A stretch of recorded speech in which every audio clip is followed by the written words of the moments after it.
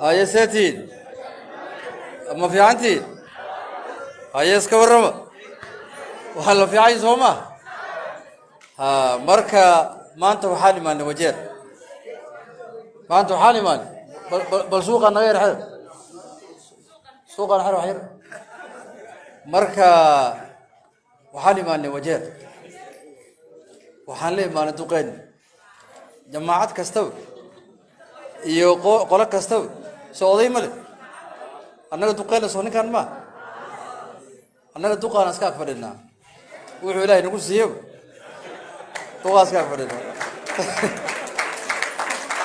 مركا جماعة مركا أوديم جماعة لنا أو دي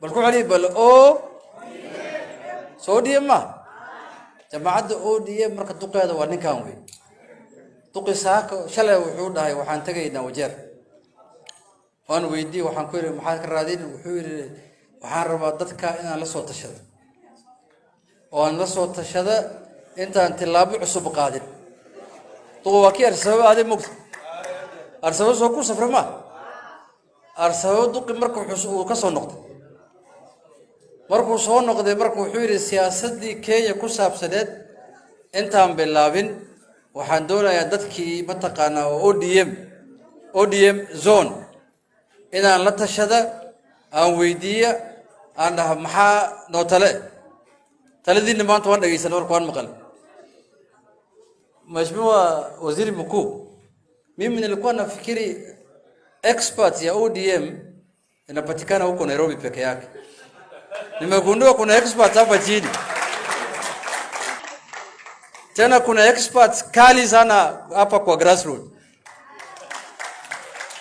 Na mimi leo ndio nimejua ya kwamba mambo ya baba kusema lazima tushauriane na watu yetu ni mambo muhimu sana. Kwa sababu kuna maoni tofauti tofauti imetolewa hapa na maoni zingine ni maoni ya maana sana na ni ambaye itakuja kusaidia chama chetu cha ODM. Yule mzee nimemsikiza sana, yumo amevaa shati ya ODM. Treasurer yetu Treasurer ameongea kama mtu ambaye ako kwa jukwaa ya bunge. Treasurer amesema yeye anataka NADCO report iwe implemented fully. Mimi wakati nilikuwa natoka asubuhi nakuja hapa na baba, sikufikiria nitapata expert hapa Wajia iko na maoni kama hiyo. Huyu ni expert nyingine. Mwingine pia amesema tutaelekezwa na baba vile tutaenda. Sasa baba ametembea. Juzi alikuja huko Migori, pale mimi nawakilisha. Alikutana na watu hivi kwa hall namna hii. Alipatia kila mtu fursa na nafasi ya kuongea. Baada hiyo alienda Homa Bay. Na baadaye akaenda huko Pwani, Mombasa, Kilifi na Kwale. Na leo amekuja Wajia. Mimi jana niliambia yeye kwa mkutano wa ODM, mimi nimefunga Ramadhani siwezi kufika Wajia. Wacha tu nifunge tutakutana ukirudi. Amesema pana lazima tuende pamoja. Amesema wewe unajua unaongea lugha mingi. Unaongea Kiswahili, unaongea Kijaluo, unaongea Kisomali. Sasa Somali akiongea utanieleza vile umesema kwa makini. Lakini mimi ile kitu nimefurahi sana na nataka kuwashukuru nyinyi. Waxaan aad isku mahadnaqayaa. Duqa gaal baaska hade aad u jeceshiin. Jecel badan waa muujin. Duqa barak. Isku diin kuma jira laakiin jecel fara badan ayaad u muujisay. Duqan wadanka uu soo halgab. Duqa wadanka uu soo rafaad. Demokrasiga la sheegi, multi-party ga la sheegaya, new constitution kan oo keenay devolution iyo waxaan maanta aan ku hadlayno dunida iska daldamay ninku rawacaynaya ninku iska aflagaadayna iska qaayna asaga isku haleynaa. Duqan maalinku mataqaana uu meesha ka tagay. Waxa dadka dunida rifas kasta iska aamusoole tutorada suuq ingine. Waa fahamtay Soomaa? Duqan wadanka aad buu ugu soo dagaalamay. دكان ودن كان أدبو وجعلي هاي إن متقنا بتقلي كنا عدا مر بدن بالله دعي وقال مر بدن بالله دعي دوسي لو دعي ورفا أصير واك مدالي واك وصعدا عدنا وجروا فديا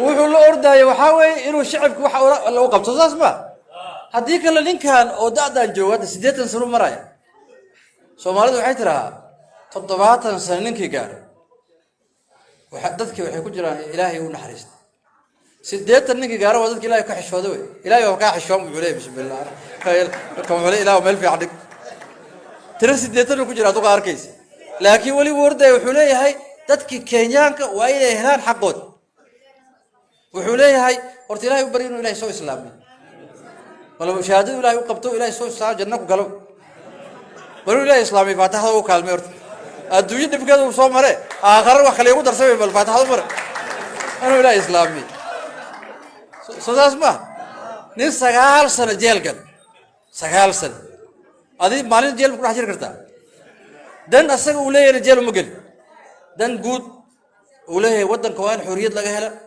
wadanka waa in dimuqraadiyad laga helo wadanka waa in katiibo cusub laga helo wadanka waa in devolution u yimaado 9 sano jeel ugu jirin ka arkaysa 9 years marka ninkan hadda islaamnimo baa warto wax kale u haramay hatta ani madaxweyne diin wala taxaaji kamali inuu islaamay iga fiican waa soma kaniisadan aad uma tage ilaahay soo islaamay aad uma tage kaniisad waxyaalaha lagu nacay election ka la soo dhaafay ay leey kaniisad ma odagan kaniisad lagu mark waa ma qashay soma ninka kale wuxuu uga badiyay waxa ay kaniisadu jooga wali kasta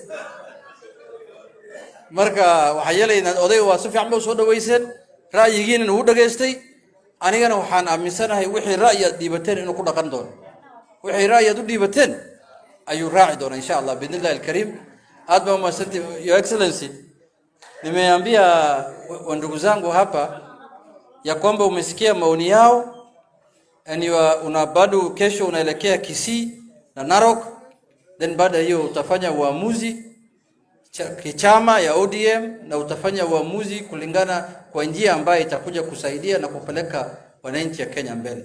Kwa hiyo machache, asanteni sana. Mungu awabariki, tutaonana siku nyingine.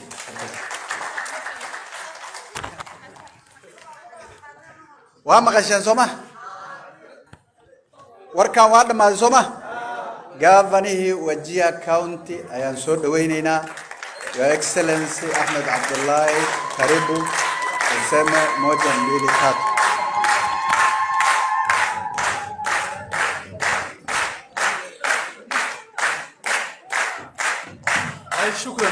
شكرا جزيلا.